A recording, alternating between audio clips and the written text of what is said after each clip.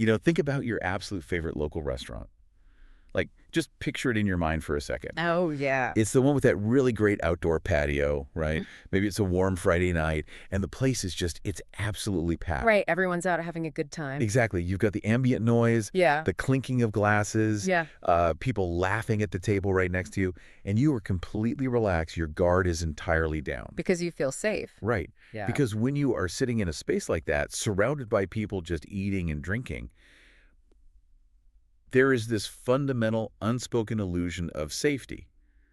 We just kind of assume that the people walking around us are there for the exact same reason we are. Yeah, it's like a shared social contract, you know? And it's vital. And we really have to rely on that invisible contract just to go about our daily life. We'd go crazy if we didn't. Exactly. If we didn't, we'd be trapped in this constant, exhausting state of hypervigilance. You'd be treating every single waiter or passerby as a potential threat. Which is no way to live. But today we are doing a deep dive into what happens when that contract isn't just broken, but violently shattered in an instant. And welcome to the deep dive, by the way. Glad to be here. So today's mission is to unpack an incredibly harrowing historical event. We're guided by a deeply intense audio broadcast from January 27, 2026. It's episode 4 of Post 1, True Stories from Marine Embassy Guards. And we should probably note right up front that the original broadcast carries an explicit rating, and for very good reason. Yeah, definitely. It's an unflinching, first-hand account of the deadliest attack in Marine security guard history. But our goal here today isn't to just, bombard you with the graphic nature of the violence. Right. We want to extract the mechanisms behind it. We're going to explore the psychology of the ambush, the actual science of human survival, and, of course, the lifelong aftermath of extreme trauma. Which is a lot to unpack. It is. So let's set the scene because the contrast is really jarring here. We are transporting you to June 19, 1985. We are in a crowded restaurant district in San Salvador. So, similar to the patio we were just talking about. Exactly like that. Yeah. It is a warm evening. People are eating, drinking, socializing, exactly like that patio we just asked you to picture. And then that illusion of safety just evaporates. Gunmen open fire on the crowd. But it's important to note this is not random violence. No. They are explicitly, systematically targeting off-duty U.S. Marines who were dining there. In a matter of mere minutes, 12 people are dead, and that includes 4 Marine security guards. It is a devastating, almost incomprehensible loss of life, and all compressed into this incredibly tight window of time. Yeah. But what makes this specific ambush so uniquely chilling, and honestly a massive factor in why it was so deadly, was the specific tactic the attackers employed. The gunmen didn't roll up in ski masks or, tactical black gear. No, they didn't. They were disguised as Salvadoran soldiers. Okay, I want to stop right there and actually push back on this a bit, because when I first learned about this disguise, I was a little skeptical of how much of an advantage it really provides once the shooting actually starts. Well, I mean, look, I get that a disguise gets you close, right? A Trojan horse kind of thing. But if someone raises an M16 and points it right at you, your brain surely doesn't care what kind of fabric they're wearing. Would think that. Yeah, like you see a gun, you dive for cover. How does a uniform actually buy the attackers crucial seconds in the middle of a firefight? It's a great question. But it assumes our brains process reality like a video camera, pixel by pixel, and we just don't. Oh, okay. Our brains are actually predictive processing engines. To save energy and reaction time, we build schemas, like mental templates. So we take shortcuts. Exactly. When a Marine, or really anyone living in a foreign host nation, sees a local military uniform, the brain doesn't meticulously analyze the person's face or their body language first. Right. It instantly loads the known entity or ally template. That uniform equals order. It equals state-sanctioned security. Oh, wow. So it's almost like a cognitive blind spot. I'm thinking of the ODO loop here. Observe, orient, decide, act. That whole military concept for decision-making. Yes, the ODA loop is a perfect framework for this. Right. So if the observe phase registers a friendly uniform, the orient phase tells your body to just stay relaxed. Precisely. You nailed it. The disguise completely corrupts the orient phase of the ODA loop. When that expected pattern is violently broken, when the person in the trusted uniform raises a weapon, the brain experiences massive cognitive dissonance. Because it doesn't match the template. Right. It's not just reacting to a new threat. It has to simultaneously delete its previous deeply ingrained assumption. The brain basically stutters. It asks, wait, is this a mistake? Are they shooting at a threat behind me? Is this friendly fire? Wow. So you were dealing with a critical system error right at the exact millisecond you need your survival instincts the most. Yes, and that cognitive stutter takes milliseconds, sometimes even a full second or two to resolve. And in a close quarters ambush, seconds are the absolute currency of survival. They are everything. By dressing as Salvadoran soldiers, the attackers didn't just bypass the physical security of the restaurant district, they bypassed the cognitive security of their targets. They weaponized trust. That is wild. It turns what is already a chaotic threat into an environment of absolute deadly confusion where you literally cannot believe your own eyes. They didn't process the threat until the bullets were literally already in the air. That is terrifying to think about, your own brain working against you just because it wants to trust the pattern. Yeah. Which really brings us to the core of what happened on the ground. Right. With the attackers' disguises magnifying the chaos, standard operating procedures just fly out the window. The victims were forced to rely on pure instinct. And this is where we meet a man named Anton Kosov. Yeah, Anton is a Marine security guard who was caught in the ambush that night. And his firsthand account of surviving those few minutes is just intensely sobering. It's incredible.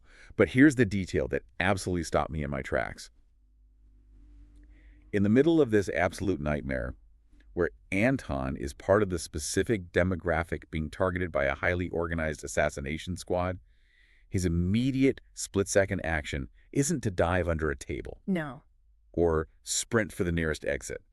He immediately starts moving civilians to safety while under active fire. Yeah, it's amazing. He's grabbing people, pushing them down, trying to get them out of the line of fire. It really is a remarkable testament to his character. But let's be real for a second, because I find this incredibly hard to wrap my head around. Evolution spent literally millions of years hardwiring the fight-or-flight response into our biology. Survival of the fittest. Exactly. It is the most primal urge we have: survive. If you are the specific target of an armed squad, I don't care how heroic you think you are, how does a 20-something Marine override millions of years of biological self-preservation in a split second to save a complete stranger? It's a fair question. I mean, can a few months of military training really rewrite human biology? Well, it doesn't rewrite biology, it hijacks it. Hijacks. Yeah. And this delves into the fascinating yet brutal science of extreme crisis psychology and how elite units are trained. What you're talking about is achieved through something called stress inoculation training. Okay.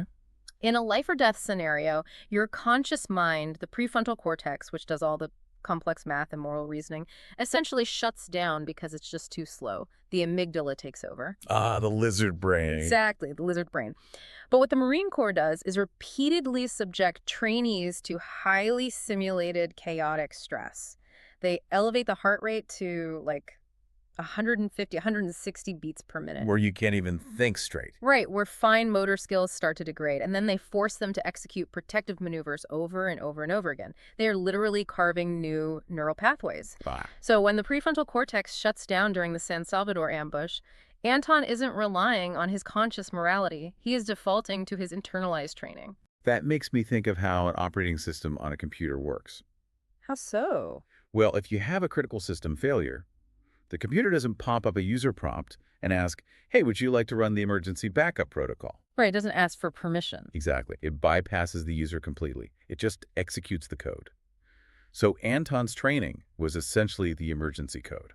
That is a brilliant analogy. He didn't think, oh, I should help these civilians because it's the right thing to do. There was no time for philosophy. He just did it. He just reacted. Right. For a Marine security guard, their entire ethos, protecting classified material, protecting embassy personnel, protecting American lives, it all becomes ingrained in that emergency code. Yeah.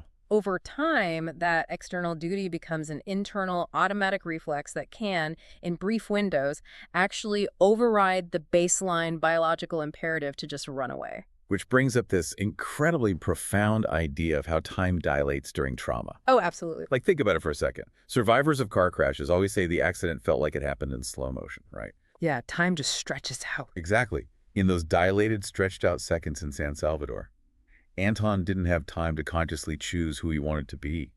His entire lifetime of character, his values, his deep conditioning was all expressed in a single second. It really was. When terror strips away everything else, what's left underneath is who you truly are.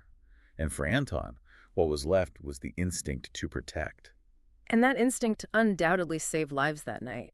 But, the physical maneuvers, the dodging of gunfire, pulling people out of sight, that was only the first phase. Right. The initial barrage eventually ends. The attackers withdraw. But the terror doesn't stop, because now comes the immediate aftermath while they are still in the fray. The isolation phase. Hmm. And this is where the contrast between 1985 and today is just staggering. Night and day. Truly. Mm. I want you, the listener, to think about your life right now. Yeah. If a crisis happens, what do? You reach into your pocket, you have a Okay. smartphone, you have GPS pinpointing your exact latitude and longitude. You can text your family in a group chat, you can stream live video to the world, you can call emergency services, and they immediately know where you are. You are constantly, inextricably connected to a massive web of global infrastructure. We really take for granted that we are practically never truly alone anymore. Right. But let's look at Anton's reality that night. Amidst the carnage, the blood, the absolute chaos of trying to figure out who is a friend and who is a disguised enemy, Anton's only link to the outside world is a single handheld two-way radio. Just a heavy block of plastic. Exactly. He is relying entirely on this heavy plastic brick to call Post 1, which is the Marine Embassy Guards Command Center. And the physics of that isolation are terrifying. In 1985, you aren't bouncing a signal off a satellite in low Earth orbit. You are dealing with line-of-sight VHF or UHF radio waves. Yes, and that is a massive technological bottleneck. Yeah. What's fascinating here is how the physical limitations of that radio become a perfect symbol for the fragility of survival. Yeah, because it's not magic, it's physics. Exactly. Those radio waves travel in a straight line. If you are in a dense urban environment, like a restaurant district, you are essentially at the bottom of an urban canyon. Concrete buildings, metal structures, electrical interference, they all degrade or completely block that signal. So if you're hunkered down behind a concrete wall to avoid getting shot, that exact same concrete wall might be blocking your radio signal from ever reaching the antenna back at the embassy. Right. And factor in the chaotic frequency traffic of a city in a sudden state of emergency. Oh, it must have been a mess. Total chaos. When you strip away all our modern safety nets, the cellular grids, the broadband data, you reduce human survival down to its most primitive, modern form. It's just a single voice calling out into the ether, hoping someone on the other end is tuned to the right frequency. Wow. Relying on a solitary radio signal means your salvation is entirely dependent on an invisible wave navigating through buildings to hit a piece of metal across town. You're covered in dust, you're shaking, your adrenaline is maxed out, and you press that push-to-talk button. You speak into it, and then you release the button. And you just wait. You just have to wait in the silence. If the battery is damaged, if the frequency is jammed, you are profoundly, completely cut off from the world. It's just you and the dark. It is an agonizing space to occupy. The radio really ceases to be just a piece of communication equipment at that moment. It becomes a psychological tether to reality. A tether. Pressing that button and waiting for the crackle of a voice from Post 1 to confirm you aren't completely abandoned, that is the only thing keeping the isolation at bay. Because eventually, that tether did pull them back. The radio call went through. The immediate physical isolation of that night ended. The actual physical attack was over in just minutes. Right. But as we learned from Anton's reflections, that successful radio call wasn't an ending. It marked the close of a 4-minute physical event and the beginning of a 40-year psychological reality. The psychological aftermath is infinitely longer and arguably a lot more complex than the ambush itself. Anton talks about the deep bonds between the Marines, the absolute crushing weight of losing his friends in a literal instant, and how that single warm evening has dictated the rest of his life. We often hear survivor's guilt or PTSD described as a shadow. It's a shadow, yeah. But honestly, after looking at the reality of this event, a shadow sounds too light. It feels more like your nervous system has been physically rewired to carry an immense suffocating weight every single day. A weight that no one else can see. They just wonder why a loud noise at a restaurant makes you flinch, or why you always insist on sitting facing the door. Exactly. But here's where the math of trauma just makes zero sense to me. I struggle to reconcile this dichotomy.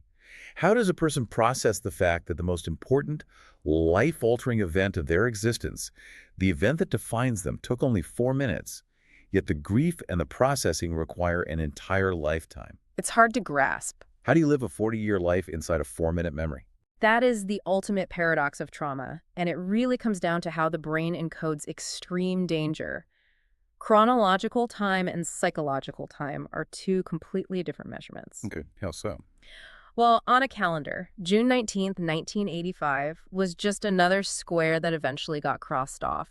But psychologically, a violent, life-threatening event floods the brain with so much cortisol and adrenaline that it actually bypasses the hippocampus. And what does the hippocampus do? It's the part of the brain responsible for time-stamping memories and filing them away as the past. Wait, so the brain literally doesn't know the event is over? In a very real neurological sense, yes. Wow. The memory gets trapped in the amygdala, which processes immediate threats. It is encoded not as a memory of a past event, but as a continuous present. So when you ask how someone lives 40 years in the shadow of 4 minutes, it's because part of their nervous system genuinely believes it is still 1985. That is chilling. The body is constantly poised for those disguised soldiers to raise their weapons again. So that invisible weight we talked about, it's not just metaphorical grief. It is the literal physical exhaustion of your body remaining on high alert for decades. Exactly. But there's another layer to this weight, isn't there? Yeah. It's not just the trauma of the attack. It's the weight of the people who didn't survive it. 12 people died that night, including 4 of Anton's fellow Marines. Yes. And that is where the narrative shifts from simply carrying a burden to carrying a monument. The true legacy of the deadliest attack in MSG history isn't just the tragic data points of who died. The legacy is the ongoing, living memory carried by survivors like Anton. Yeah. He carries that weight because setting it down, finally trying to take off that heavy backpack, would feel like leaving his friends behind. The pain becomes the connection. Precisely. The processing requires a lifetime, because honoring that depth of sacrifice requires a lifetime. It is a profound testament to the endurance of the human spirit. It really is. The ambush took mere minutes to destroy lives, but the human capacity to remember, to honor, and to actively keep living with that weight that stretches across generations. That really recontextualizes the whole event for me. It reframes Anton and survivors like him, not just as victims of those 4 chaotic minutes, but as the active, lifelong custodians of their friends' memories. And it takes immense daily strength to be that custodian. It really does. Looking at Anton's lifelong burden brings everything we've talked about full circle. Let's take a moment to look back at the ground we've covered today. We covered a lot. We did. We started with the terrifying reality of June 19th, 1985 in San Salvador, exploring how a disguised ambush weaponized the brain's natural trust, causing deadly cognitive dissonance. We examined the brutal science of survival and how stress inoculation training allowed Anton Kossett's nervous system to bypass conscious thought and instinctually protect civilians under fire. We looked at the sheer physical and psychological isolation of relying on a single, line-of-sight, handheld radio in a pre-digital world. And finally, we unpacked the neurological paradox of trauma, how a 4-minute event rewires the brain into a continuous present, leaving survivors to carry a living monument to their fallen friends for the rest of their lives. It's a stark reminder of how fragile our shared illusions of safety really are, and the incredible resilience required when they vanish. It is, which leaves us with one final thought for you to mull over. We talked at the very beginning about that favorite restaurant of yours, that place where you feel perfectly secure in the crowd. The patio. Right. I want you to really think about the reality we explored today. If the illusions of safety in your own life were stripped away tomorrow and you were left in the dark with only one fragile handheld radio to call for help, whose voice would you hope is on the other end, and who would you be trying to protect in that split second?